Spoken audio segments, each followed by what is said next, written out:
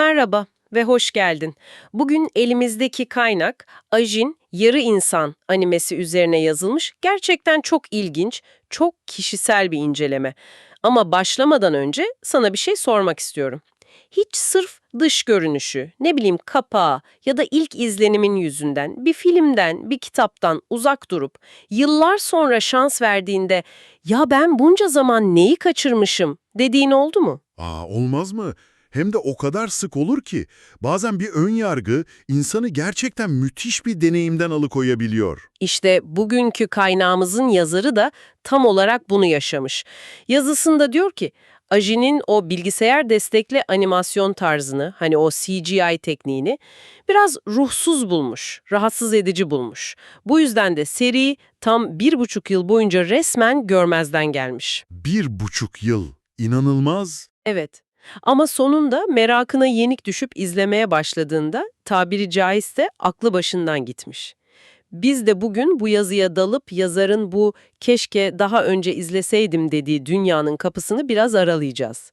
Bakalım ilk bakışta sadece bir aksiyon korku hikayesi gibi duran bu anlatı, yazarın da fark ettiği gibi aslında bize insanlık ve toplum hakkında ne gibi acı gerçekler fısıldıyor. Bu çok güzel bir başlangıç noktası çünkü ölümsüzlük fikri hepimize çok çekici gelir, değil mi?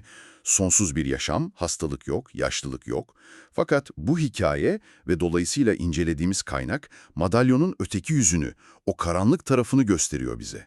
Buradaki asıl soru, ölümsüz olmak nasıl bir his değil. Asıl soru şu, insanlar aralarında yaşayan ölümsüz birine ne yapar? Oo, evet. İşte bu soru hikayeyi bir fantaziden çıkarıp çok rahatsız edici bir sosyal deneye dönüştürüyor. O zaman da sosyal deneyi başlatan ilk domino taşıyla, yani ana karakterimiz Nagai Kei ile başlayalım. Kaynaktaki anlatıma göre Kei pek de seveceğimiz bir kahraman değilmiş en başta. Hiç değil. Bencil, insan ilişkilerine biraz mesafeli, tek derdi derslerinde başarılı olup iyi bir doktor olmak. Yani huzurlu, normal bir hayat sürmek istiyor. Çevresine pek değer vermiyor gibi bir hali var. Kesinlikle bir kahraman arketipi değil. Hatta anti kahraman bile sayılmaz başlangıçta. Sadece kendi küçük dünyasının ve hedeflerinin peşinde koşan, duygusal olarak böyle biraz yalıtılmış bir genç. Evet. Bence bu karakter seçimi çok bilinçli yapılmış. Çünkü hikaye böylesine normal ve hatta sıradan bencil birinin hayatı birden tepetaklak olduğunda ne olacağını göstermek istiyor. Kırılma anı da inanılmaz basit ve sarsıcı bir şekilde geliyor. Kay okuldan dönerken yola fırlıyor ve bir kamyonun altında kalıyor. Herkes öldüğünü düşünüyor. Herkesin gözü önünde kemikleri çatırtılarla yerine oturarak, yaraları kapanarak saniyeler içinde kendini onarıyor. Ve Kei ayağa kalkıyor. İnanılmaz. İşte o an Nagai Kei'in bildiği hayat bitiyor. Çünkü artık o bir ajin ve bir anda ülkenin en çok aranan örneği haline geliyor. O saniyeden itibaren hayatı, devletin özel timlerinden kaçtığı, nefes almanın bile lüks olduğu bir kovalamacaya dönüşüyor. Peki bu ajin tam olarak ne? Yani kaynakta bu konseptin detayları nasıl açıklanıyor? Bu bir mutasyon mu, ilahi bir şey mi, ne bu? Kaynak, kökeni hakkında çok detaya girmiyor, daha çok sonuçlarına odaklanmış. Bildiğimiz şu ki, ajinler son 20-30 yıl içinde ortaya çıkmış, insanlığın yeni bir alt türü gibi. Tek ve en önemli özellikleri ölümsüz olmaları. Ölümsüzlük. Kınındaki en büyük parçadan kendini yeniden oluşturuyor. Ama işin en can alıcı ve psikolojik olarak en korkutucu kısmı şu. Nedir? Ölene kadar kimse, hatta kendisi bile bir ajin olup olmadığını bilmiyor. Bir dakika, burası çok önemli. Yani sokaktaki herhangi biri, hatta sen ya da ben bir ajin olabiliriz ama Aynen. hmm, bunu öğrenmenin tek yolu feci bir şekilde ölmek. Bu başlı başına bir korku filmi senaryosu gibi. Tam olarak öyle. Bu durum toplumda sürekli bir paranoya yaratıyor. Hani yan komşun bir ajin olabilir mi?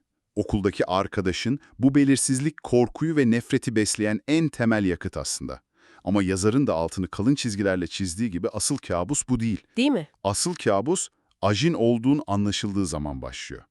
Çünkü o andan itibaren toplumun ve devletin gözünde insan değilsin. İnsan değil misin? Ne oluyorsun peki? Bir numune oluyorsun. Yakalanması, incelenmesi ve üzerinde deneyler yapılması gereken değerli bir yaratık. Dünya devletleri yakaladıkları ajinler üzerinde akıl almaz deneyler yapıyor. Ve işin en mide bulandırıcı kısmı bu durumu ticarileştirmiş olmaları. Nasıl yani? Yazıda geçen bir detay var ki kan dondurucu. Hükümetler yakaladıkları ajinleri dev ilaç ve silah şirketlerine denek olarak kiralıyor. Kiralıyor mu? Evet, düşünsene, elinde asla ölmeyen bir denek var. Üzerinde her türlü ilacı test edebilir, her türlü silahı deneyebilir, defalarca öldürüp dirilterek insan dayanıklılığının sınırlarını ölçebilirsin. Kaynaktaki ifadeyle ajinler birer ölümsüz deney faresi haline geliyor. Of. İşte Nagai Kei'nin kaçtığı kader tam olarak bu. Bu inanılmaz derecede karanlık bir tablo. Bir insanın sırf ölümsüz olduğu için bu denli metalaştırılması, Kane'in tek isteğinin kaçıp saklanmak olmasına şaşmamalı. Ama anladığım kadarıyla hikayedeki her ajin onun gibi düşünmüyor. Denklemi tamamen değiştiren bir karakter daha var, değil mi? Sato adında birinden bahsediliyor. Evet, Sato. Ve hikaye asıl dinamiğini Sato sahneye çıktığında kazanıyor. O, Kei'nin tam zıttı. Kei ne kadar pasifse, ne kadar aman bana dokunmasınlar yeter modundaysa, Sato o kadar proaktif, o kadar savaşçı. Savaşçıdan da öte galiba. Hatta savaşçı kelimesi hafif kalır. Sato, ajinlere yapılan bu zulmü bitirmek için Japon hükümetine karşı resmen terör eylemleriyle dolu bir savaş ilan ediyor. O, kurban rolünü reddedip avcı olmayı seçen karakter. İki zıt kutup yani. Biri sistemden kaçmaya çalışıyor, diğeri ise sistemi yıkmaya. Kaynağın yazarı Sato'yu nasıl tanımlıyor? Sadece intikam peşinde koşan basit bir karakter mi? Çok daha fazlası. Yazarın onun için kullandığı ifade çok çarpıcı. Son zamanlarda izlediğim en kaliteli kötü adam. Vay. Sato'yu bu kadar özel kılan şey, motivasyonunun basit bir intikam arzusundan ibaret olmaması. O, bu savaşı, bu kaosu, bu stratejiyi bir oyun olarak görüyor. Kaynakta oyun oynamaya bayılıyor deniyor onun için. Bir oyun. Evet, her saldırısı, her hamlesi sanki dev bir satranç oyununun parçası gibi. İnsanları manipüle etmekten, planlar kurmaktan ve bu planların işleyişini izlemekten inanılmaz bir keyif alıyor. Bu durum onu öngörülemez ve çok daha tehlikeli bir düşman yapıyor. Bu da Kane'in bütün planlarını alt üst ediyor olmalı. Sessiz, sakin bir hayat hayali kurarken bir anda kendini bir terör eyleminin ortasında buluyor. Tam olarak bu yaşanıyor. Sato'nun eylembülü, kamuoyunda zaten var olan ajin korkusunu ve nefretini adeta bir yangın gibi körüklüyor. Medya onları canavar olarak gösteriyor, insanlar linç kampanyaları başlatıyor. Yani kaçacak yer kalmıyor. Hiç kalmıyor. Bu da Kei'nin hayalini kurduğu o görünmez olup sakin bir hayat sürme fikrini imkansız hale getiriyor. Sato'nun açtığı savaş Kei'yi köşeye sıkıştırıyor ve onu istemediği bir seçim yapmaya zorluyor.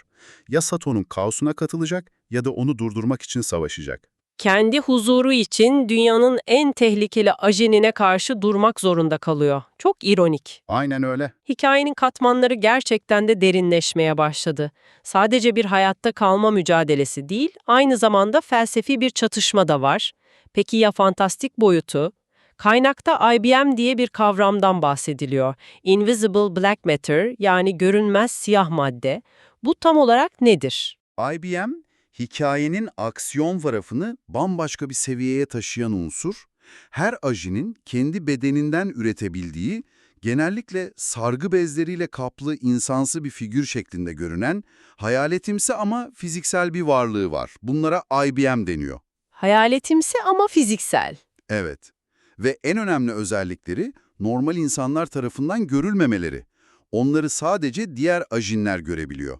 Yani her ajinin yanında kimsenin görmediği, kendisine ait bir stand ya da çağrılmış yaratık gibi bir savaşçısı var. Mükemmel bir benzetme, aynen öyle. Bu IBM, sahibinin emirlerini yerine getiriyor, onun için savaşıyor, onu koruyor. Adeta sahibinin iradesinin fiziksel bir yansıması gibi. Bu da dövüşleri daha stratejik hale getiriyordur. İnanılmaz derecede. Artık olay sadece ölümsüz iki bedenin birbirine saldırması değil, aynı zamanda kimsenin görmediği bu varlıkların taktiksel mücadelesi. Kei'nin IBM'ini nasıl kullandığı, Sato'nun kendi IBM'ini ne kadar ustaca yönettiği savaşların sonucunu belirliyor. Bu da aksiyon sahnelerine hem görsel bir zenginlik hem de zeka dolu bir katman ekliyor. Anlıyorum. Yani elimizde ölümsüzlük, acımasız hükümet deneyleri, birbiriyle savaşan iki zıt karakter ve onların yönettiği görünmez hayalet savaşçılar var. Bütün bu unsurlar bir araya geldiğinde yazarın da sorduğu o kilit soruya geliyoruz. Ajin sadece kan, aksiyon ve fantastik ögelerle dolu bir eğlencelik mi? Ve yazar bu soruya çok kesin bir hayır cevabı veriyor. Ona göre tüm bu aksiyon aslında çok daha derin ve rahatsız edici bir konuyu anlatmak için kullanılan bir araç. Ajin, bize ırkçılık, ayrımcılık ve insanın kendinden farklı olanı yani ötekini nasıl dışladığına ve şeytanlaştırdığına dair güçlü bir alegori sunuyor. Bu bağlantı çok önemli. Yazar bu paralelliği tam olarak nasıl kuruyor? Yani ajinlerin durumuyla gerçek hayattaki ayrımcılık arasında nasıl bir köprü inşa ediyor? Köprü çok sağlam ve sarsıcı. Şöyle düşünelim. Ajinler biyolojik olarak insan. Konuşuyorlar, düşünüyorlar, hissediyorlar. Evet. İnsanlardan tek farkları ölümsüz olmaları. Ama sırf bu tek bir farklılık onların insan kimliğinin ellerinden alınmasına yetiyor. Toplum ve devlet onlara yaratık ya da numune damgası vurarak her türlü zulmü meşrulaştırıyor. Yazar bu durumu tarihteki en somut ve en acımasız örneğe, yani siyahilerin köleleştirilmesine benzetiyor. Evet, incelemedeki o kısım gerçekten insanın tüylerini diken diken ediyor. Çünkü çok doğrudan bir soru soruyor. Beyazlar siyahileri neden insan olarak görmüyordu? Ve cevabı da aslında çok basit ve bir o kadar da korkunç. Çünkü onlar kendilerinden farklıydı. Farklıydılar, evet. Ten renkleri, kültürleri, coğrafyaları farklıydı. Bu farklılık onlara yapılan köleliği, işkenceyi ve zulmü haklı çıkarmak için kullanılan bir bahaneye dönüştü. Onları insanaltı bir kategoriye sokarak vicdanlarını rahatlattılar. Yazar, Ajin'de de aynı mekanizmanın işlediğini söylüyor.